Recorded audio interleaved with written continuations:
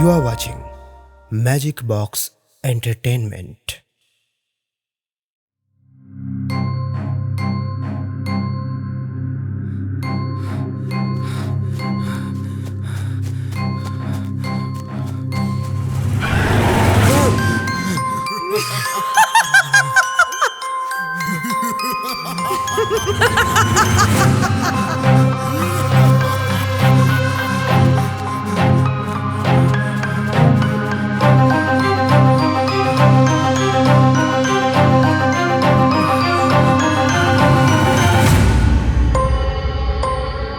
জবুথবু শীতে হাড় কাঁপানো একখানা ভূতের গল্প শোনার আনন্দই আলাদা।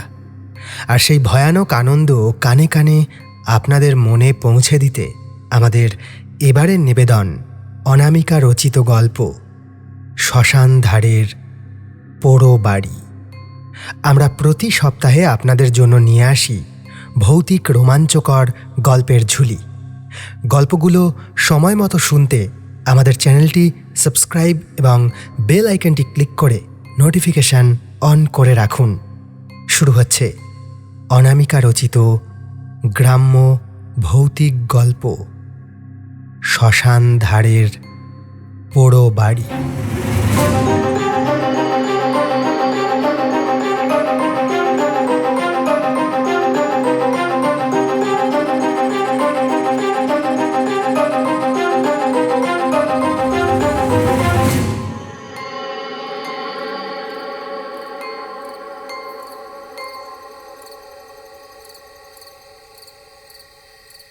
সেদিন আমাদের তরুণ সংঘের ঘরে সন্ধেবেলায় সবাই মিলে আসর বসিয়েছিলাম। শীতের সন্ধ্যা, তবু কয়েকদিন যাবৎ আকাশ মেঘলা, তাই ঠান্ডা তুলনামূলক কম, তবে কুয়াশার মাত্রা দ্বিগুণ বলা চলে। একটু রাত হলেই সাদা ধোঁয়ার মতো কুয়াশার আস্তরণে চারদিক ঢেকে যাচ্ছে। গভীর রাতে পরিস্থিতি এমন হয় যে 3-4 হাত দূরে কেউ দাঁড়িয়ে থাকলে দেখা যায় না। আজও ইতিমধ্যেই পাতলা কুয়াশা জমেছে বাইরে। প্রায় সাপ্তাহিক ছুটির দিনে আমরা জনাচারে এখানে মিলিত হই। এই আসরে রাজনীতি, অর্থনীতি, পাড়ায় হঠাৎ উদ্ভূত প্রসঙ্গ, খাবার দাবার, মায়ের প্রেত চর্চা কোনো কিছুই বাদ যায় না। সপ্তাহ ধরে নিয়মমাফিক কাজের চাপে যে দমবন্ধ অস্বস্তিকর ভাব তৈরি হয় শরীর মনে, তা থেকে এই আসর আমাদের মুক্ত করে। অতএব বিশেষ কোনো সমস্যায় না পড়লে কেউ অনুপস্থিত থাকে না। আমাদের মধ্যে একজন রয়েছে বিনয়। কলকাতার একটি মারোয়াড়ি মহাজনের হোলসেল দোকানে কাজ করে। ও বেশ যুক্তিবাদী। সেদিন প্রসঙ্গটা ওই তুলেছিল। জীবনে এত লোকের কাছে ভূতের গল্প শুনলাম, অথচ আজ পর্যন্ত চাক্ষুষ করবার সৌভাগ্যটা হলো না। আমাদের মনের ভাবনাগুলোকে আবহাওয়াও প্রভাবিত করে। শীতের সন্ধ্যা, বাইরে কুয়াশা, তার উপরে সেই সময় আকাশে মেঘের সামান্য গুড়ুগুড়ু ডাক কানে আসছিল।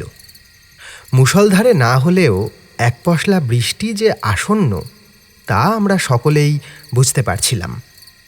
ক্লাবের ঘরে একখানা টিউব জ্বলে সাধারণত। হঠাৎ করে সেটা যখন বন্ধ হয়ে গেল, অর্থাৎ বৃষ্টির পূর্বাভাস হয়ে লোডশেডিং আমাদের উপরে ঝাঁপিয়ে পড়ল, সেই সময়ে বিনয় কথাটা বলল। আমাদের মধ্যে প্রভাস নামে একজন আছে। ওর মাদুলি, কবচ, ভূত প্রেত, জিন, ভগবান, শয়তান, অসুর সব কিছুতেই অগাধ বিশ্বাস। তবে ভীতু যে সে কথা বলা যায় না। হোমিওপ্যাথির বিদ্যা অর্জন করে আমাদের গ্রামেই একটা চেম্বার খুলেছে। ও বলল, দেখ বিনয়, বিশ্বাসে মিলায় বস্তু, তর্কে বহুদূর। এই বিষয়গুলো এমন যে বিশ্বাস করলে আছে, অবিশ্বাস করলে নেই। এই যেমন ধর, বিজ্ঞান বইতে তুই পড়েছিস, সেখানে লেখা আছে ইউরেনাস গ্রহ বলে একটা কিছু আছে, কিন্তু তুই নিজে দেখেছিস কি? অথচ বিশ্বাস করিস। এই বিশ্বাস টিকে আছে ওই বইয়ে পড়া শব্দগুলোর উপরে, কি তাই না? আর আমাদের মধ্যে নিতাই কাকা নামে একজন রয়েছে। বাকি আমরা যারা রয়েছি তাদের বয়স 19-20। একমাত্র নিতাই কাকাই আমাদের সকলের বয়োজ্যেষ্ঠ। যতক্ষণ ক্লাব ঘরে আলো ছিল ততক্ষণ ভদ্রলোকের আগমন ঘটেনি। লোডশেডিংয়ের অন্ধকারে দরজার দিক থেকে তার কণ্ঠ কানে এলো। প্রভাসের কথাটা যথেষ্ট যুক্তিপূর্ণ। তোরা বিশ্বাস না করতে পারিস, আবার করতেও পারিস, পুরোটাই দেখ তোদের ইচ্ছা। তবে যে একবার এসব দেখে সে আর অবিশ্বাস করতে পারে না। আমি জিজ্ঞাসা করলাম, হ্যাঁ, কিন্তু আজ তোমার এত দেরি?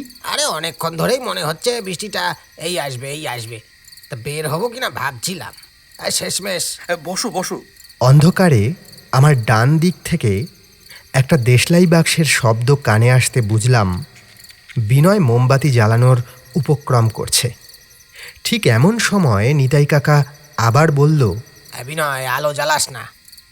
ভূতের প্রসঙ্গ যখন উঠেছে তখন আজ একটা ফয়সালা হয়ে যাক। এটা একটা শর্ত বলতে পারিস। ভৌতিক বিষয়ের সিদ্ধান্ত অন্ধকারে নিলেই ব্যাপারটা বেশ নাটকীয় হবে, হ্যাঁ তাই না? তাই যতক্ষণ না সিদ্ধান্ত হচ্ছে ততক্ষণ আলো জ্বালাস না। কিরকম ফয়সলা করতে চাইছো? এইটা হলো গিয়ে আসল কথা। আজকে আমি একটা প্রস্তাব দেব, পরের কোনো বিষয় নয়, যা হবে একেবারে তৎনগদ। আমাদের এই গ্রামের শ্মশানের ধারে যে পোড়ো বাড়িখানা রয়েছে, ওটার বিষয়ে আমরা সবাই হরেক রকম বদনাম শুনেছি। আমি যতদূর জানি আমাদের মধ্যে কেউ কোনো দিন ওই বাড়ির ভিতরে ঢোকার সাহস দেখায়নি। এমন একটা উপযুক্ত সন্ধ্যা, এমন সন্ধ্যায় একবার সবাই মিলে যদি ওখানে যাওয়া যায়, তবে আমার বিশ্বাস কিছু না কিছু আমরা উপলব্ধি করতে পারবো। এবার সবার কি মত সেটা আগে বল। আমার কোনো আপত্তি নেই। আমারও কোনো আপত্তি নেই। আর প্রভাস? প্রভাস একটু আমতা আমতা করে বলল, আমার যাওয়ার যে ইচ্ছে আছে সেটা বলবো না, তবে এক যাত্রায় পৃথক ফল হওয়া উচিত নয়, অতএব আমিও যাব। এই হলো একেবারে সত্যিকারের বীর পুরুষের মতো কথা। তাহলে আধ ঘন্টার মধ্যে সবাই নিজের নিজের মতো তৈরি হয়ে তেঁতুলতলায় আয়। আমিও বাড়ি থেকে কিছু প্রয়োজনীয় জিনিসপত্র নিয়ে ওখানে আসছি। এবার নিতাই কাকার গলার শব্দ আবার দরজার দিক থেকে পেলাম। এবারে মোমবাতি জ্বালাবি নয়, আর সবাই সময় মতো চলে আয়। এটুকু যখন নিতাই কাকা বলেছে, ঠিক সেই সময় বিনয় দেশলাই কাঠিতে আগুন জ্বালালো। আর সেই জ্বলে ওঠা আগুনের আলোয় আমরা দেখলাম চাদর মুড়ি দেওয়া একটা লোক ঘর থেকে বেরিয়ে গেল। না না, ওটা আর কেউ নয়, নিতাই কাকা।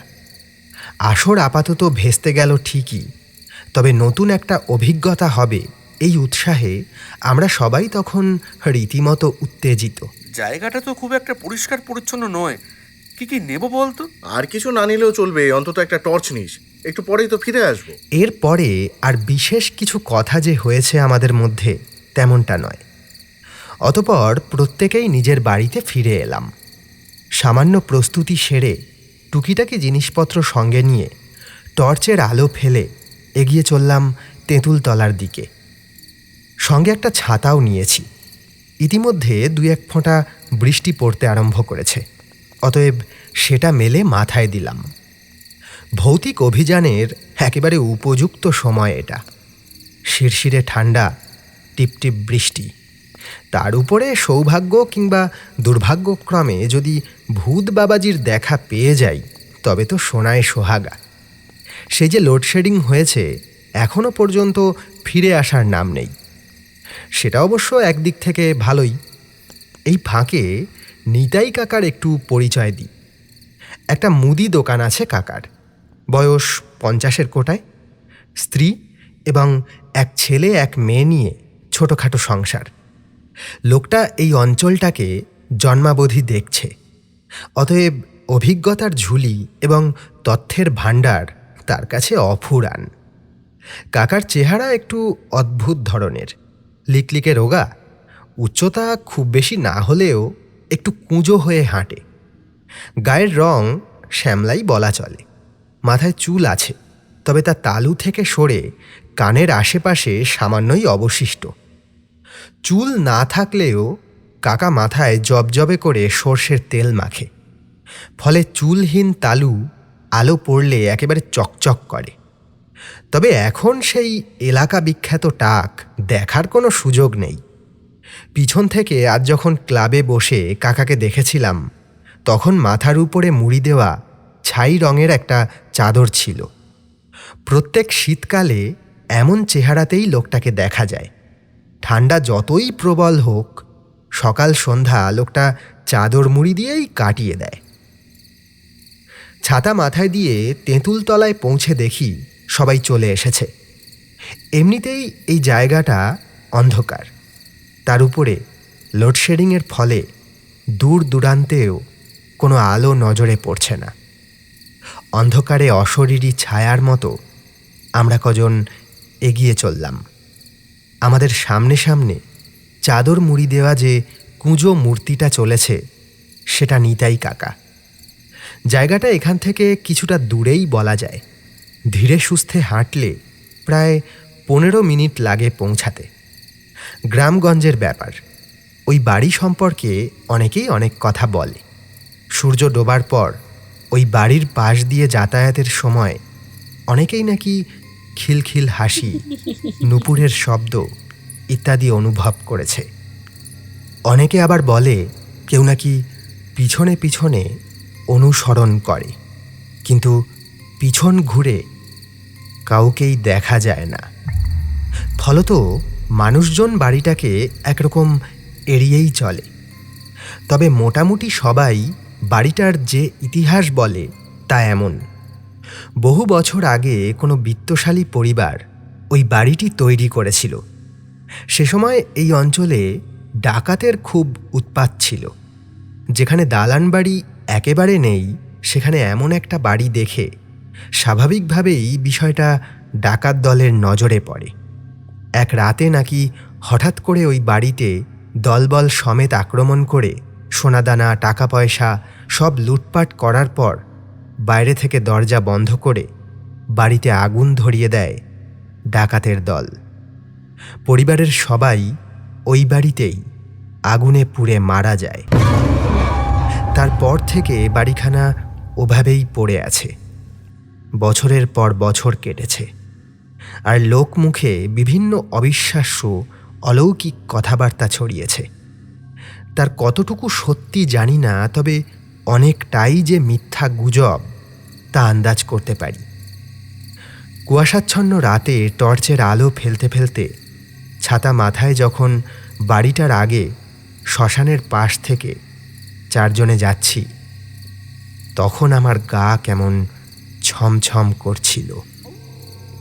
শ্মশানের ভিতরে ঘুটঘুট করছে অন্ধকার। ওদিকে তাকালে বুক কেমন শুকিয়ে যায়। যখন সেই বাড়ির সামনে পৌঁছালাম তখন রাত প্রায় 9টা। অস্বীকার করব না, আমার মনে ভয় কেমন ধীরে ধীরে বাসা বাঁধছিল। বাকি সকলের অবস্থাও যে একই রকম তা অনুভব করতে পারছিলাম। শুধুমাত্র নিতাই কাকা একেবারে নির্ভয়ে এগিয়ে গিয়ে জং ধরা লোহার পুরনো ফটকটা খুলল। কুয়াশা মাখা সেই অন্ধকারে পোড়ো বাড়িখানাকে দেখে মনে হচ্ছিল নরকের কোনো দানব নিঃশব্দে দাঁড়িয়ে আছে। ফটক পেরিয়ে বাড়িখানার দিকেই মুখ করে নিতাই কাকা বলল, তাহলে চল সবাই। আমাদের সবার মধ্যে কেমন ইতস্তত ভাব। তবু আমরা কাকার ডাকে এগিয়ে চললাম বাড়ির সীমানার ভিতরে। গাছপালা, লতাপাতা, জঙ্গলে বাড়িখানা আচ্ছন্ন হয়ে রয়েছে। টর্চের আলো ফেলে দেখলাম বেশিরভাগ জানালা দরজাই অবশিষ্ট নেই। 2-1টা অবশিষ্ট যে চোখে পড়ছে তার অবস্থাও জরাজীর্ণ। কয়েক বছরের মধ্যে ওগুলো ভেঙে পড়বে। সদর দরজা বলে কিছু ছিল না। একটা গহ্বর সেখানে দানবের মুখের মতো হাঁ হয়ে রয়েছে। সেখান থেকেই সবাই মিলে ভিতরে ঢুকলাম। সবার হাতেই টর্চ রয়েছে। আলো ফেলতে সবদিকে ধুলোর পুরু আস্তরণ আর মাকড়সার জাল চোখে পড়ল। দেওয়ালের পলেস্তারা বিভিন্ন জায়গায় খসে মেঝেতে পড়েছে। ছাদের অবস্থাও বিপজ্জনক। মনে আশঙ্কা হলো ভূতের আক্রমণে প্রাণ না গেলেও মাথায় ছাদ ভেঙে পড়ে মারা যাওয়ার সম্ভাবনা আছে। 2-1টা ঘরে আমরা উঁকি দিয়ে দেখলাম, কোনো ঘরেই কিছু নেই। ওহ, এইখানে একদিন পিকনিক করলে হয়। জায়গাটা কিন্তু মারাত্মক। হ্যাঁ, এই শীতকালে ব্যাপারটা পুরো জমে যাবে। ভুতুড়ে বাড়িতে পিকনিক? ছাড় ভাই, তোরা কর, আমি নেই। আরে এমন জায়গাতেই তো পিকনিক করতে হয় রে, তাহলেই তো মনে প্রাণে রোমাঞ্চ হবে, তাই না? সবাই মিলে একটা ঘরে বসা যাক। হ্যাঁ, ভূত বাবাজি তো আর দুম করে এসে উপস্থিত হবে না, তাকেও একটু সময় দিতে হবে বই কি। সেজে গুজে আসবে কি না, আমি অবশ্য ব্যবস্থা করিয়ে এসেছি। কথা বলতে বলতে আমরা ডান দিকে একটা ঘরে ঢুকলাম। আমি সঙ্গে একটা পলিথিন এনেছিলাম, সেটাই বসার জন্য পেতে দিলাম। তার উপরে বসে সঙ্গে থাকা ব্যাগ থেকে একটা থার্মোফ্ল্যাক্স বের করে বিনয় বলল, এই যে ব্যবস্থা, চা নিয়ে এসেছি। আর এই এই হলো কাপ। কি সবাই খাবে তো? বলা বাহুল্য, এমন আবহাওয়ায় আমরা কেউ আর চাকে না বললাম না। অপ্রত্যাশিতভাবে নিতাই কাকা বলল, না, আমি খাবো না, তোরা খা। তোরা এখানে বস, আমি একটু ঘুরে আসছি। আমি ইতিমধ্যে একটা মোমবাতি জ্বালিয়ে মেঝেতে রেখেছি। বড় মোমবাতি বাড়িতে ছিল না, যেটা ছিল সেটাই নিয়ে এসেছি। তবে এই মোমবাতিটা তার ছোট্ট শিখার আলোয় ঘরখানাকে ঠিকঠাক আলোকিত করতে পারছে না, ফলে কারো মুখই স্পষ্ট দেখা যাচ্ছে না। নিতাই কাকা তো এমনভাবে চাদর মুড়ি দিয়ে রয়েছে যে অন্য সবার শ্রীমুখ যেটুকু বা দেখা যাচ্ছে, নিতাই কাকার মুখ পুরোপুরি অন্ধকার। কাকা কোথায় যেতে চাইছে কে জানে। এটুকু ভরসা আছে আমাদের এখানে ফেলে রেখে পালিয়ে যাবে না। অতএব আমরা কেউ কিছু বললাম না। নিতাই কাকা ঘর থেকে বেরিয়ে গেল। চায়ে তৃপ্তি ভরে একটা চুমুক দিয়ে বিনয় বলল,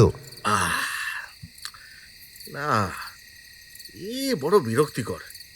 একান্ত আমি যদি না আসতাম তাহলে তোরা আমার পেছনে লাগতি যে আমি ভীতু, তাই জন্যই এসেছি। নতুবা এসব ফালতু কাজে সময় নষ্ট করার চেয়ে ক্লাবে বসে গল্প গুজব করা অনেক ভালো। যাকে কিরে প্রভাস, মাদুলি কবচ সব পড়ে এসেছিস তো? নয়তো সবার আগে তো তোর ঘাড়েই ভূত চাপবে। হ্যাঁ, হয়তো আমি সবচেয়ে বেশি ভয় পাই, তবে বিশ্বাস কর, আজ আমি সত্যিই চাই যে তোরা সত্যি সত্যি ভূতের দেখা যেন পাস। তারপরেই তো বুঝে যাবে কে কত বড় বীর পুরুষ। দেখ, ভূত পেতনি থাকুক চাই নাই থাকুক, একটা ব্যাপার কিন্তু ঠিক, এই বাড়িটা কত ইতিহাসের সাক্ষী। কেমন কেমন? যেমন ধর, ওই যে দেওয়ালে একটা দেখেছিস, ওই ওই যে পেরেক পোতা, ওটা হয়তো এই বাড়ির কেউ গেঁথেছিল। কি হয়েছিল সেটা মানুষ ভুলে গেছে, যারা ঘটিয়েছিল তারাও আর বেঁচে নেই, কিন্তু ওই পেরেকটা এখনো সেই ঘটনার সাক্ষী হয়ে নিজের জায়গায় রয়েছে।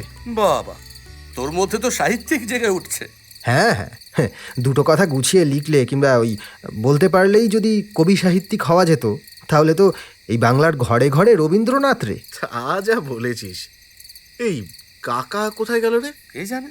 ও কাকা, আরে কোথায় গেলে গো? ভয়ে বাড়ি পালালে নাকি? ধুস, এমনটা করবে না। কিন্তু বুড়ো গেল কোথায়? ও ঠিক চলে আসবে। ঠিক এমন সময়ে একটা আর্তনাদ কানে এলো সবার। আমরা নিশ্চিত এই কণ্ঠস্বর নিতাই কাকার। সবাই রীতিমতো চমকে উঠলাম। কি হলো? আমরা সবাই উঠে টর্চ হাতে ছুটতে ছুটতে সেই ঘর থেকে বাইরে গেলাম। চারদিকে আলো ফেলে দেখতে লাগলাম। দরজাবিহীন ঘরগুলোতে এক এক করে দেখলাম, কিন্তু নিতাই কাকার কোনো চিহ্ন খুঁজে পেলাম না। বিস্তর খোঁজাখুঁজির পর একরকম হতাশ হয়ে আমি বললাম, এই কাকাকে একটা ফোন করতো। বিনয় ফোন করল। এক মুহূর্ত ফোনটাকে কানে রেখে তারপরেই সেটা নামিয়ে বলল, আনরিচেবল বলছে। এ তাহলে কি সত্যি সত্যি বাড়ি চলে গেল নাকি? আমি সঙ্গে সঙ্গে বাড়ির ফোনে কল করলাম। রিং হলো, কিন্তু কেউ ফোন রিসিভ করল না। সে কথা বলে তিনজনে যখন পরস্পরের মুখ চাওয়াচাওয়ি করছি, তখন হঠাৎ কানে এলো একটা ভারী শ্বাস প্রশ্বাসের শব্দ। মনে হচ্ছে কোনো মানুষের। আমরা শব্দের উৎস লক্ষ্য করে এগিয়ে গেলাম। যে ঘর থেকে আসছে কয়েক মুহূর্ত আগেই সেই ঘরে আমরা ঢুকেছিলাম। কেউ ছিল না, অথচ সেই ঘর থেকে কার শ্বাস প্রশ্বাসের শব্দ ভেসে আসছে। অলৌকিকতার আশঙ্কা নয়, তবু মনে কেমন একটা অস্বস্তিকর ভাব জমাট বেঁধেছে। আমরা সন্তর্পণে টর্চের আলো ফেলে এগিয়ে চললাম। দরজা পার হয়ে সে ঘরে টর্চের আলো ফেলতে তিনজনেই রীতিমতো হতবাক হয়ে গেলাম। যে কোণায় দরজা, তা ঠিক বিপরীত কোণায় হাঁটু মুড়ে উল্টো দিকে ঘুরে বসে রয়েছে নিতাই কাকা।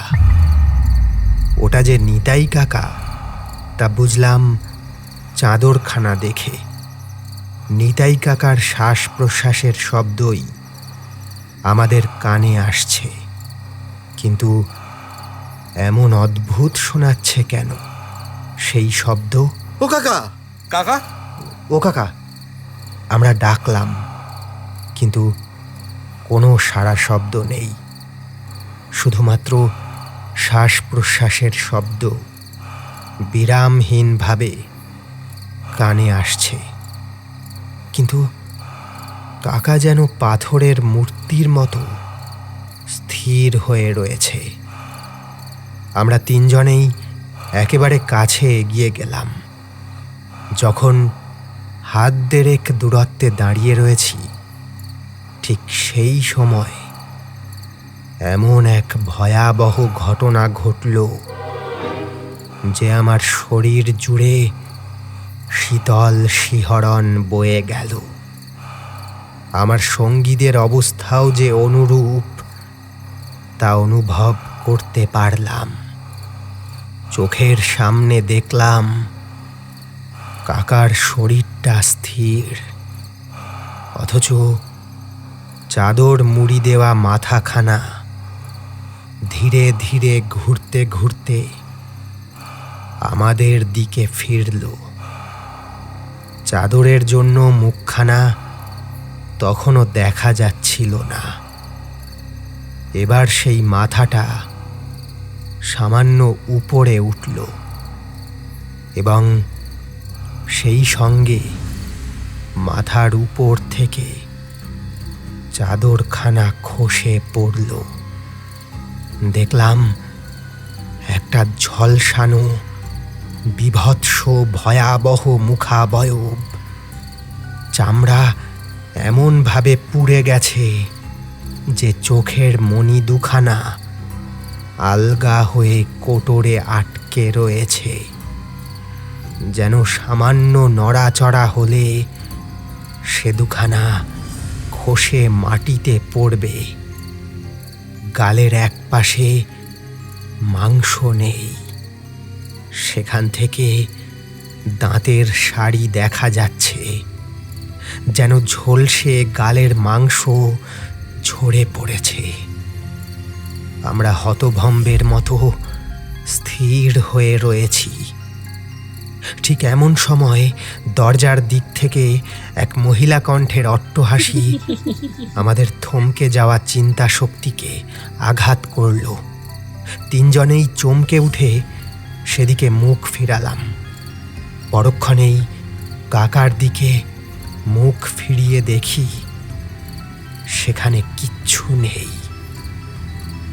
এমনকি মেঝেতে যে ধুলোর আস্তরণ পড়েছে তার উপরে কারো পদচিহ্ন পর্যন্ত নেই। আমাদের কারো মুখে কোনো কথা নেই। বিস্মিত হতভম্ব ভাব নিয়ে সন্তর্পণে আমরা বেরিয়ে এলাম সেই ঘর থেকে। আরও একটা বিষয়, নিতাই কাকার মতো দেখতে সেই মূর্তিকে দেখার পর থেকে আমাদের নাকে ভেসে আসছে চেনা একটা গন্ধ। শ্মশানে যখন মানুষকে পোড়ানো হয়, যেমন মাংস পোড়া গন্ধ ভেসে আসে, ঠিক তেমন। প্রথমে যেখানে আমরা বসেছিলাম সেখানে ফিরে এলাম। পলিথিনের উপরে বসে আমি বললাম, ওটা ওটা কি ছিল? যা দেখতে আজ আমরা এখানে এসেছি তাই। না রে, পেছনে কিছু একটা যুক্তি তো থাকবেই। আচ্ছা, নিতাই কাকা আমাদের ভয় দেখাচ্ছে না তো? মানে নিজেই সেজে গুজে অমন। সেটাই বা কি করে হয়? চোখগুলো দেখেছিলি? অমন অদ্ভুত মেকআপ করা অসম্ভব। আর তাছাড়া ওই যে মাথাটা 180 ডিগ্রি ঘুরে গেল, ওটা কি জীবন্ত কোনো মানুষ করতে পারে? কিন্তু লোকটা গেল কোথায়? সেটাই তো বুঝতে পারছি না। আচ্ছা বলছি, তাহলে কি এখনই আমরা এখান থেকে ফিরে যাব? আমার কি মনে হয় জানিস, আমাদের আর একটু অপেক্ষা করা উচিত। আমরা এসেছি তো সবে 15 মিনিট হলো, অন্তত আরো আধ ঘন্টা অপেক্ষা করি। তার মধ্যে নিতাই কাকা না ফিরলে চলে যাব না হয়। বিনয়ের বাস্তববাদী কথা বিশ্বাস করার আপ্রাণ চেষ্টা করলেও মনের মাঝে খটকা লেগেই রইল। আর তাছাড়া ওই মানুষের মাংসের পোড়া গন্ধ এখনো টের পাচ্ছি। আমার শরীরটা কেমন ভারী মনে হলো। একটু আগে চোখের সামনে দেখা সেই ঘটনা ধীরে ধীরে যে আমার মনে অলৌকিক ভয়ের কুয়াশা ছড়িয়ে দিচ্ছে তা অনুভব করতে পারলাম। আমার কান অত্যন্ত সজাগ হয়ে উঠেছে। খুব মৃদু বৃষ্টি হয়ে চলেছে বাইরে। পাতার উপরে পড়ে যে টিপটিপ শব্দ উৎপন্ন হচ্ছে তাও এখানে বসে স্পষ্ট শুনতে পাচ্ছি। যে ঘরে আমরা বসে রয়েছি সেই ঘরে একটা জানালা রয়েছে। জানালায় কোনো কপাট নেই। সেখান থেকে অন্ধকার ছাড়া আর কিছুই দেখা যাচ্ছে না। সেই অন্ধকারে মিশে আছে মিহি কুয়াশার ঢল। বৃষ্টি ভেজা হিমেল হাওয়া সেই জানালা থেকে এসে শীতের পোশাক ভেদ করে শরীরে শিহরণ জাগায় যেন। এরপরই শুনতে পেলাম মৃদু পদশব্দ, যেন এই ঘরের দরজার বাইরে কেউ হেঁটে বেড়াচ্ছে। আমি একবার টর্চের আলো ফেললাম সেই দিকে। প্রত্যাশিতভাবেই কিচ্ছু নজরে পড়ল না। জানালার অন্ধকারের দিকে তাকিয়ে চুপচাপ বসে আছি। ঠিক এমন সময় একটা জন্তুর মতো কিছু সেই জানালা থেকে ঝাঁপ দিয়ে ঘরের ভিতরে ঢুকল। কিন্তু না, ওটা কোনো জন্তু নয়, কোনো মানুষের ঝলসানো উলঙ্গ শরীর। তবে সেই শরীরখানা বেঁকে উল্টো হয়ে মাটিতে 4 হাত পায়ে হাঁটছে। আর ঘাড়ের কাছে মাথাখানা অদ্ভুতভাবে সোজা হয়ে রয়েছে। এমন অস্বাভাবিকভাবে বেঁকে যাওয়া ঝলসানো ভয়ঙ্কর শরীরখানা দেখে আমার গা গুলিয়ে এলো। কেমন ফ্যাকাশে চেহারা, তার উপরে যেন চাপ চাপ রক্ত। মুখের উপরে ফুটে উঠেছে পুড়ে কালো হয়ে যাওয়া শিরা উপশিরা। আর সেই মুখাবয়বের উপরে জলজল করছে দুখানা সাদাটে মণিহীন চোখ। সেই ভয়ঙ্কর মূর্তি আমাদের চারপাশে ধীরে ধীরে ঘুরতে লাগলো। আমরা তিনজনেই ভয়ে কাঁটা হয়ে পাথরের মূর্তির মতো বসে রয়েছি। ততক্ষণে আমাদের মনে এই বিশ্বাস দৃঢ় হয়েছে যে ওই মূর্তি কোনো জীবন্ত প্রাণীর নয়, এ সাক্ষাৎ অশরীরী।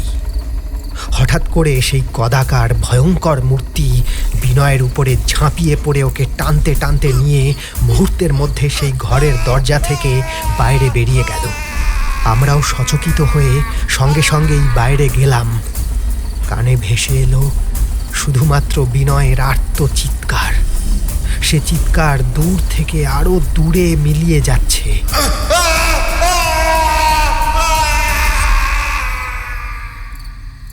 নিতাই কাকা প্রথমেই বিদায় নিয়েছে।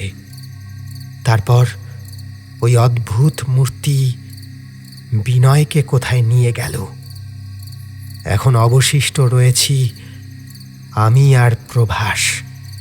এই পরিস্থিতিতে এখানে আর এক মুহূর্ত কাটানো নিরাপদ নয়। প্রভাস, শোন না, বলছি এখানে আর থাকা ঠিক হবে না।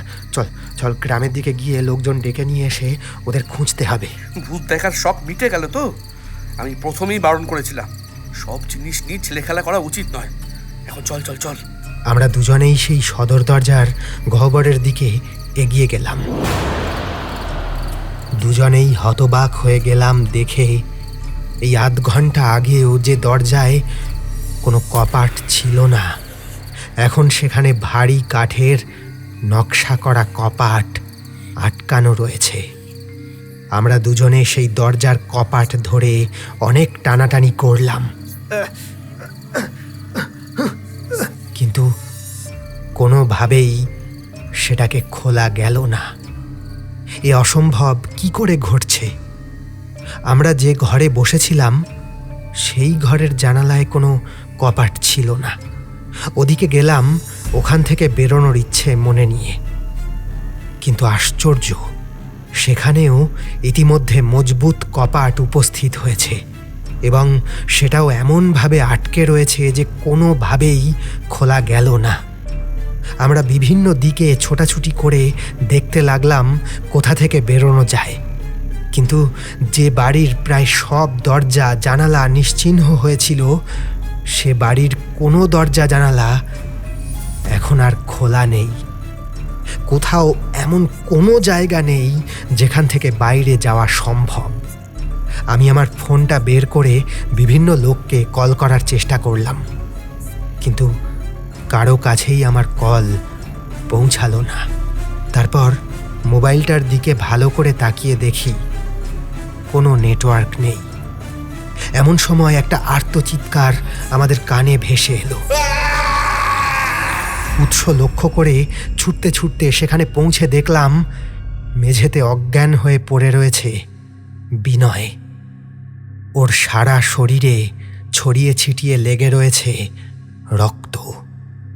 দুজনে মিলে ওকে তুললাম, তারপর ধরে ধরে নিয়ে চললাম সেই ঘরে যেখানে আমাদের সব কিছু রয়েছে। ফিরিয়ে এনে ওকে শুয়ে দিয়ে বোতল থেকে চোখে মুখে জল ছিটিয়ে দিতে ওর জ্ঞান ফিরল। জ্ঞান ফিরতেই চমকে উঠে বসে উদ্ভ্রান্তের মতো বলতে লাগলো, আমাকে আমাকে ছেড়ে দাও, আমাকে ছেড়ে দাও, আমাকে ছেড়ে দাও। কি হয়েছে? কি রে? ও যখন উপলব্ধি করতে পারল আমরা ওর সামনে বসে রয়েছি তখন শান্ত হলো। তারপর বলল, ওটা ওটা কি ছিল? আমাকে টেনে নিয়ে গিয়ে শরীর ফালা ফালা করে কাটছিল ওটা। উফ উফ, কি ভয়ঙ্কর! কিন্তু তোর শরীরে তো কোনো কাটা দাগ নেই, শুধুমাত্র এই রক্ত। প্রভাস এটুকু বলার সঙ্গে সঙ্গে দেখলাম ওর গায়ে লেগে থাকা রক্তের দাগ চোখের পলকে কেমন কালচে হয়ে গেল। তারপর ধোঁয়ার মতো বাতাসে মিলিয়ে যেতে লাগলো একে একে। শোন, আমাদের এখান থেকে পালাতে হবে। এখানে কিছু একটা আছে যা আমাদের যুক্তির চেয়ে অনেক বড়। যতক্ষণ এখানে থাকবো ততক্ষণ কেউ আমরা নিরাপদ নই। কিন্তু একটা সমস্যা হয়েছে। কি? আসার সময় মনে আছে এই বাড়িতে কোনো জানালা দরজায় কপাট ছিল না? এখন আমরা সারা বাড়ি ঘুরে দেখেছি, প্রত্যেকটা জানালা দরজায় কপাট রয়েছে এবং সব কটা বন্ধ। আমরা দুজনে অনেক টানাটানি করেও খুলতে পারিনি। পারবি না। তোরা দুজন কেন, 20 জন থাকলেও দরজা খুলতে পারবি না। যদি বেঁচে ফিরতে পারি তবে কোনোদিনও আর আত্মার উপস্থিতি নিয়ে কোনো প্রশ্নই তৈরি হবে না। আমি নিশ্চিত এখানে ভয়ঙ্কর প্রেতাত্মারা বাস করে। কিন্তু এখন আমরা করব কি? হাত পা গুটিয়ে বসে থাকবো? না না না না, সবাই মিলে চল দরজার দিকে, দেখি যদি টানাটানি করে খুলতে পারি ওটা।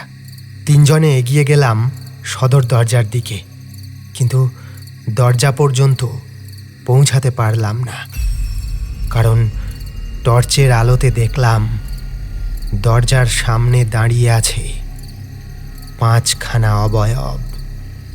তাদের শরীর আগুনে পোড়া, ঝলসানো মাংসগুলো যেন খসে পড়বে এক্ষুনি। চোখগুলো তাদের জ্বলছে অগ্নিকুণ্ডের মতো, আর আমাদের নাকে ভেসে আসছে তীব্র কটু মানুষের মাংস পোড়া গন্ধ। ওই মূর্তির মধ্যে একটা মূর্তি অট্টহাসি করে উঠল। সে অট্টহাসি যেন ইহজগতের নয়, নরক থেকে ভেসে আসছে সেই শব্দ। ইতিমধ্যে আরও একটা বিষয় ঘটেছে। দরজার ফাঁক দিয়ে লালচে উজ্জ্বল আলোর রেখা ঘরে এসে পড়েছে, আর সেই মানুষ পোড়া গন্ধের সঙ্গে মিশেছে কাঠ পোড়া গন্ধ। জানালার ফাঁক দিয়ে আগুনের পিণ্ড এসে ঘরের মধ্যে পড়তে লাগলো। আমরা ছুটতে লাগলাম দিকবিদিক জ্ঞান শূন্য হয়ে, চেষ্টা করতে লাগলাম কোনো জায়গা থেকে এই ঘর থেকে বেরোনোর, কিন্তু কোথাও তেমন কোনো জায়গা চোখে পড়ছে না। এদিকে ঘরের ভিতরে বিভিন্ন জায়গায় আগুন লেগেছে, ধোঁয়ায় ভরে উঠেছে সারা ঘর, আর সেই ভয়ঙ্কর পরিস্থিতির মাঝে কানে ক্রমাগত ভেসে আসছে অপরিচিত কণ্ঠের নারকীয় অট্টহাসি। আমরা যে দরজা, যে জানালার সামনে পৌঁছাচ্ছি, সেখানেই দেখতে পাচ্ছি সেই ঝলসানো মূর্তিগুলোকে। এর মধ্যে ঘরের বিভিন্ন অংশ আগুনে পুড়ে ভেঙে পড়তে শুরু করেছে। ভয়াবহ এই পরিস্থিতির মধ্যে আর এমন কিচ্ছু নেই যা বোধহয় বিশেষ মাত্রা যোগ করতে পারে। মনে হলো এই জ্বলন্ত বাড়িখানা আমাদের উপরে হুড়মুড় করে ভেঙে পড়বে। মৃত্যু শিয়রে উপস্থিত। এই বাড়ির অদ্ভুত বাসিন্দারা আমাদেরকে নিজেদের দলে সামিল করতে চায়। আমরা সবাই আজ সন্ধ্যায় ভূত দেখতে চেয়েছিলাম। সেই দেখাতেই আমাদের সব দেখা ফুরিয়ে যাবে। ক্লান্তি আমাদের শরীরকে অবসন্ন করে তুলেছে। তবুও আমরা বাড়ির এ প্রান্ত থেকে ও প্রান্ত সর্বশক্তি দিয়ে ছুটে চলেছি। যদি কোনো একটা বেরোনোর মতো জায়গা পাওয়া যায়। একসময় মৃত্যু ভয় আর ক্লান্তির আঘাতে আমরা জ্ঞান হারালাম।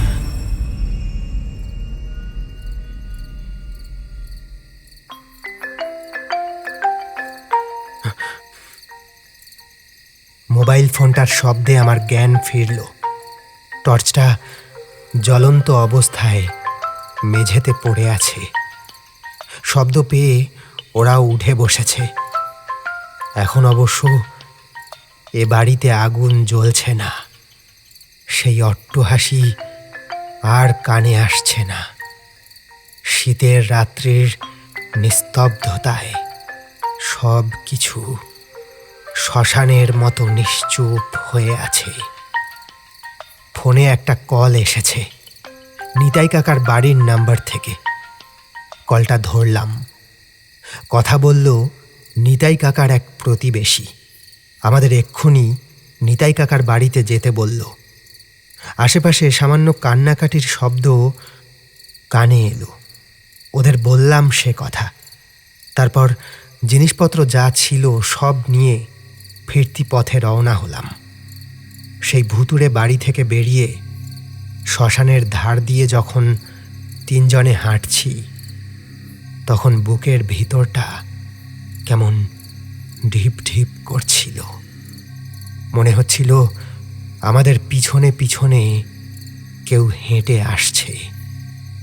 শ্মশানে জমে থাকা কুয়াশার মাঝে জোনাকির দল প্রেতাত্মার জ্বলন্ত চোখের মতো বারবার জ্বলছিল, নিভছিল।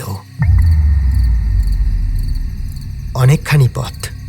নিতাই কাকার বাড়ি আমাদের সবার বাড়ি থেকে অনেকটাই দূরে। আগে কাছাকাছি ছিল, কয়েক বছর হয়েছে নতুন বাড়ি করে অন্যদিকে চলে গেছে।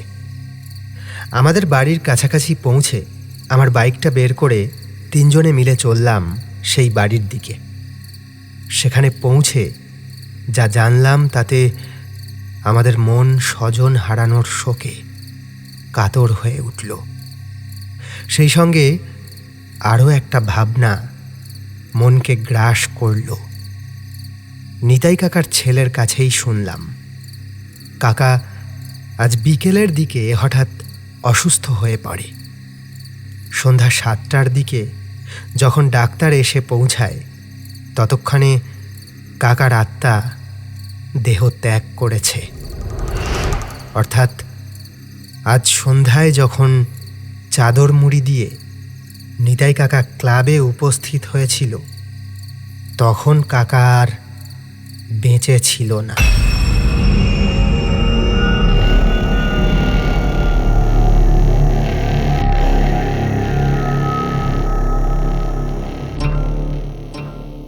শুনছিলেন অনামিকা রচিত গল্প শ্মশান ধারের পোড়ো বাড়ি। বিভিন্ন চরিত্রে রূপদান করেছেন সৌরভ, শুভদীপ এবং আমি আপনাদের সঙ্গে সৌমেন। গল্পটি কেমন লাগলো অবশ্যই জানান কমেন্ট বক্সে। ভালো লাগলে লাইক এবং শেয়ার করুন। চ্যানেলে নতুন হলে সাবস্ক্রাইব করুন। কোনো গল্পের আপডেট যাতে মিস না হয় সেজন্য বেল আইকনটি ক্লিক করে নোটিফিকেশান অন করে রাখতে ভুলবেন না।